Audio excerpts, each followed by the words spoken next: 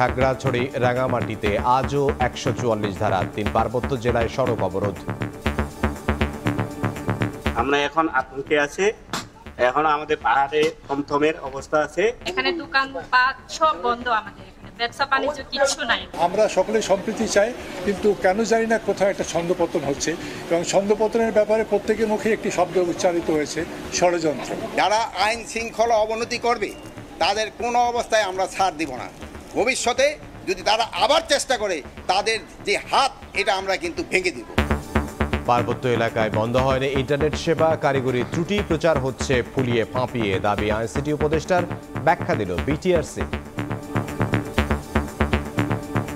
পার্বত্য চট্টগ্রাম বা কোথাও সরকারিভাবে ইন্টারনেট বন্ধ করা হয়নি এবং বন্ধ করার প্রশ্নই আসে না। দেখছিলেন প্রধান শিরোনাম, সন্ধ্যার সময় সঙ্গে আছে আমি ইমদাদুল হক। এবার অন্যান্য শীর্ষ সংবাদ। ফ্যাসিবাদের দোসররা বিভিন্ন স্থানে আক্রমণ করতে পারে, সবাইকে ঐক্যবদ্ধ থাকার আহ্বান পরিবেশ উপদেষ্টার।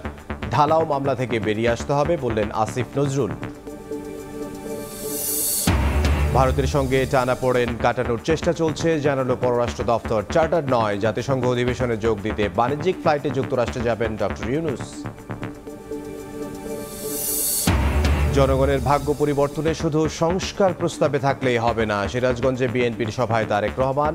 ভারতে বসে দেশকে অস্থিতিশীল করছেন শেখ হাসিনা, অভিযোগ মির্জা ফখরুলের।